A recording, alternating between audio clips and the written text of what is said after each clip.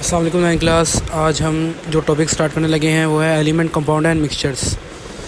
इसके अंदर सबसे पहले जो आ जाता है वो है एलिमेंट्स। एलिमेंट्स की सबसे पहले आप डेफिनेशन को देखें तो एलिमेंट की डेफिनेशन है, element is that it is a substance made up of same type of atoms having same atomic number and can not be decomposed into simple substances by ordinary chemical mean. इसमें कहा गया है कि element वो substance है जो कि किससे मिलके बना होता है, कुछ एटम से मिलके बना होता है। सेम टाइम ऑफ जो सेम टाइप ऑफ एटम्स होते हैं जिनकी टाइप सेम होती है और उनकी सेम एटॉमिक नंबर होता है, उनका एटॉमिक नंबर सेम होता है और वो डिकम्पोज नहीं हो सकते सिंपल सब्सटेंसेस के अंदर बाय ऑर्डिनरी केमिकल मीन, यानी उनको किसी छोटे केमिकल रिएक्शन के ज़रिए या आम से सादा से केमिकल रिएक्शन के ज़रिए उनको हम सब्सटेंसेस में डिकम्पोज नहीं कर सकते, तोड़ नहीं सकते। ठीक है, वो एक मजबूती से atom, same type of atom से मिलके बनाता है जिनका एटॉमिक नंबर भी सेम होता है। ठीक है, ये इसकी डेफिनेशन है।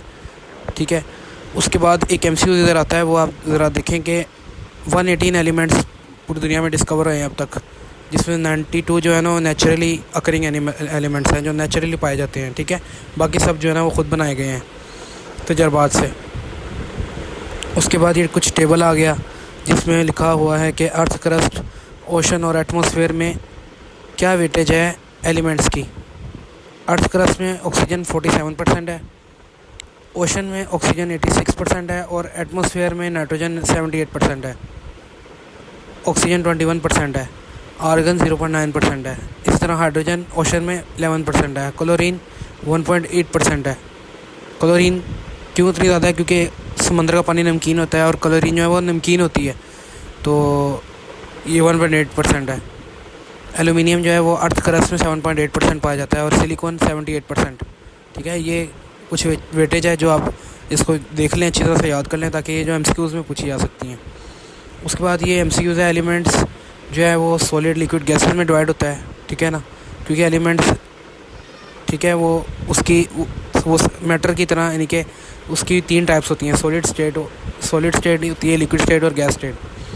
जो एलिमेंट सॉलिड में एग्जिस्ट करते हैं उनकी एग्जांपल है sodium, copper and zinc, gold. ठीक है, ये सॉलिड फॉर्म में होते हैं। ठीक है, और ये देखें आप ऊपर जो डेफिनेशन है इसकी, मैं आपको दिखाता हूँ। ये इसकी डेफिनेशन है एलिमेंट की, और आपने नीचे एग्जांपल जो देनी है वो ये देनी है कि element exist as solid are sodium, copper, zinc. या आप ऐसे भी लिख सकते हैं एग्जांपल सोडियम, कॉपर, और 2 गैसेस की एग्जांपल लिख दें, नाइट्रोजन, ऑक्सीजन। और जो एलिमेंट गैस के तौर पे एग्जिस्ट किए जाते हैं वो नाइट्रोजन, ऑक्सीजन, क्लोरीन और हाइड्रोजन है। ठीक है, ये गैसेस के तौर पे पाए जाते हैं। सोडियम, नमक, ठीक है, नमक के अंदर होता है सोडियम, वो सॉलिड फॉर्म में होता है। कॉपर आपको पता है सॉलिड फॉर्म में होता है, जिंक सॉलिड फॉर्म में होता है, गोल्ड सॉलिड फॉर्म में होता है, और नाइट्रोजन, ऑक्सीजन आपको पता है ये गैसेस हैं। क्लोरीन एक गैस है, हाइड्रोजन एक गैसेस हैं, ये गैसेस फॉर्म में होती हैं। एलिमेंट को डिवाइड किया गया है मेटल्स में, नॉन मेटल्स में और मेटलॉइड्स में। ये तीनों चीज़ें हम आगे जाके पढ़ेंगे, मेटल क्या होता है, नॉन मेटल क्या होता है और मेटलॉइड्स क्या होता है। फ़िलहाल आप इसको याद करेंगे। ठीक है, ये आपका यहाँ तक एलिमेंट का शॉर्ट पूरा होता है। ठीक है, उसके बाद 80% ऑफ एलिमेंट आर मेटल। उसमें से एक एमसीक्यू आ गया कि जो 80% एलिमेंट है वो मेटल है। अब हम आगे चलते हैं, आगे सिंबल की डेफिनेशन आती है। सिंबल क्या है? Which are abbreviation for the name of element. Abbreviations क्या होता है? एब्रीविएशंस कहते हैं किसी चीज़ को ज़ाहिर करना, किसी चीज़ को बताना। जैसे कि मिसाल के तौर पे अगर आपका नाम हसन है तो आपको अगर हम लिखते हैं कि HS, तो पता चलता है कि HS जो है ना वो हसन को ज़ाहिर कर रहा है। ठीक है ना, अगर आपका नाम हसन अली है तो आप लिखते हैं HA, तो पता चलता है कि ये H हसन है और A से अली है। ये इसे कहते हैं एब्रीविएशन।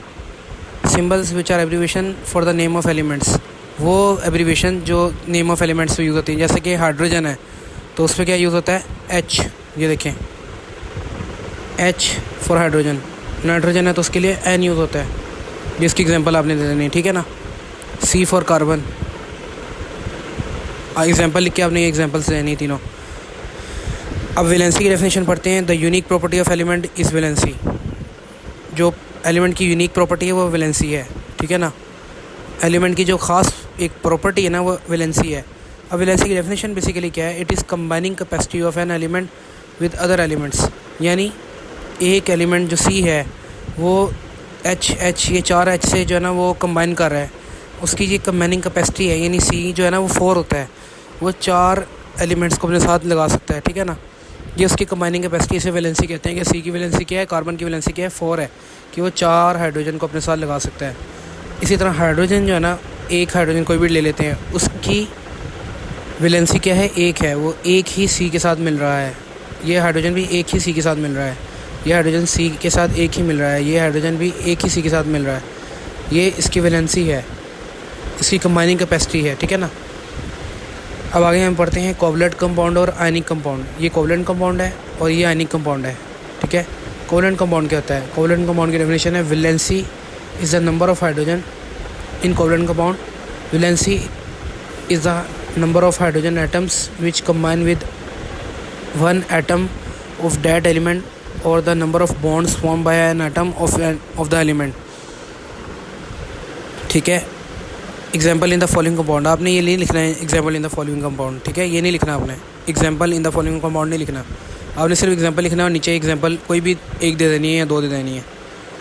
इसमें कंपाउंड में क्या गया है, कोवलेंट कंपाउंड में ये कहा गया है कि अपनी हाइड्रोजन की एक वैलेंसी है और वो कंबाइन हो रहा है 1 एटम ऑफ दैट एलिमेंट, उसके एक एलिमेंट के साथ जो है ना वो कंबाइन हो रहा है, और the number of bonds form by the atom, यानी कि हाइड्रोजन की अगर एक कैपेसिटी है सिंगल, तो वह क्लोरीन के साथ जो मिल रहा है वो जो दूसरे एक एलिमेंट के साथ मिल रहा है, इस कंपाउंड को हम कहते हैं कोवलेंट कंपाउंड। हाइड्रोजन का किसी भी मतलब Cl के साथ मिलना, या हाइड्रोजन का O के साथ मिलना, या हाइड्रोजन का नाइट्रोजन के साथ मिलना, या हाइड्रोजन का C के साथ मिलना, ये क्या कहलाता है, कोवलेंट कंपाउंड। अच्छा जी, अब हम आगे देखते हैं कि यहाँ पे क्या लिखा हुआ है, the valency of chlorine, oxygen, nitrogen and carbon is 1 2 3 and 4 respectively, यानी क्लोरीन की वैकेंसी क्या है, 1 है, क्लोरीन की वैलेंसी क्या है, 1 है, और ऑक्सीजन की क्या है, 2 है, क्योंकि ऑक्सीजन है 2 बॉन्ड बनाए हुए हैं, एक ये है और एक ये है। नाइट्रोजन की क्या है, 3 है, इसने एक ये और एक ये 3 बॉन्ड बनाए हुए हैं। इसमें कार्बन की क्या है, 4 है, 1 2 3 4, इसने 4 बॉन्ड बनाए हुए हैं, ठीक है। ये एक MCQ के तौर पर बात है, आपने इसको याद नहीं करना, यानी कि इसको सिर्फ समझना है, ठीक है। डेफिनेशन इसकी ये है और ये इसकी एग्जांपल है, कोई भी एक दे दें, HCl या HOH, ये H2O है, वाटर है, ये इसमें 2 H हैं और 1 O है, ये हाइड्रोक्लोराइड है, इसमें 1 हाइड्रोजन है और 1 क्लोराइड है, ठीक है। ये NH3 है, ये CH4 है। अब हम पढ़ेंगे आयनिक कंपाउंड। आयनिक कंपाउंड क्या होते हैं, ionic compound is the number of electron gained और lost by an atom of an element is to complete its octet, यानी ऑक्टेट कहते हैं 8 को, मतलब उसने अपना ऑक्टेट कंप्लीट करना है, वैलेंस शेल का ऑक्टेट कंप्लीट करना है, तो उसको कितने इलेक्ट्रॉन गेन करने पड़ेंगे या लॉस करने पड़ेंगे, किसको, एलिमेंट को, एक एटम के एक एलिमेंट को अपना ऑक्टेट कंप्लीट करने के लिए उसको कितने इलेक्ट्रॉन या लेने पड़ेंगे या ज़ाया करने पड़ेंगे, या गेन करने पड़ेंगे या लूज करने पड़ेंगे। इसकी एग्जांपल हम देख लेते हैं। For example, atom of nitrogen have 1, magnesium has 2 and aluminium has 3 electron in their valence shell, यानी कि वैलेंस शेल में इनके इतने इलेक्ट्रॉन होते हैं, ठीक है ना। अब ये क्या करते हैं, दे loss these electron to have valency of 1 2 3.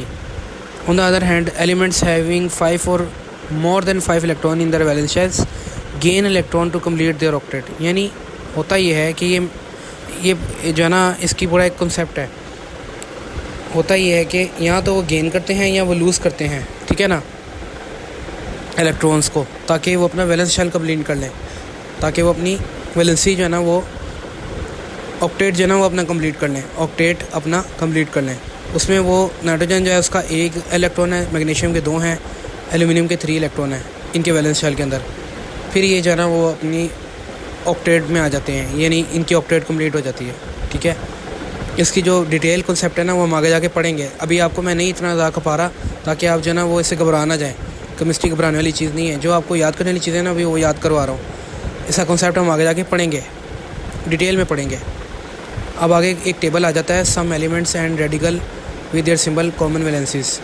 ये टेबल आपने सारा याद नहीं करना, लेकिन आपने इसमें से कुछ चीज़ें याद कर लेनी है, ठीक है ना।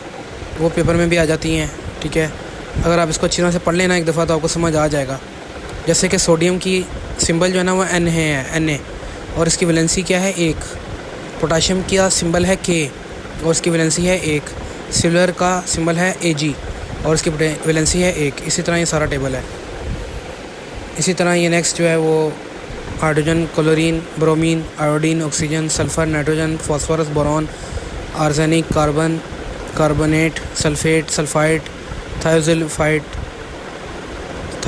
थायोसल्फेट, नाइट्राइड, फॉस्फेट, ये सारे क्या हैं, इनकी आगे सिंबल बनाए गए हैं और इनकी वैलेंसी दी गई है। ये टेबल आपने याद करना है, सारा रट्टा नहीं मारना, इसको एक दफ़ा पढ़ लें, आहिस्ता आहिस्ता याद कर लें। मतलब आप कुछ 10 वैल्यू 5 वैल्यू यानी 5 वैल्यू डेली याद करनी शुरू करें ना, और उनको रिवाइज़ करते रहें, तो ये आपको एक वीक में मेरे ख्याल अच्छी तरह से हो जाएगी। साथ साथ सारा काम करते रहें, साथ साथ ये भी आपने एक रूटीन बनी है कि मैंने जो है ना ये टेबल याद करना है, ठीक है। वो इतना ये वो जो है ना वो ख़ास नहीं है, ये सिर्फ MCQ में पूछा जाता है। मतलब आ जाता है कि सल्फ़ेट की वैलेंसी क्या है, तो आपको पता होना चाहिए 2 है, और इस तरह सल्फ़ाइड की वैलेंसी क्या है तो वो भी 2 है।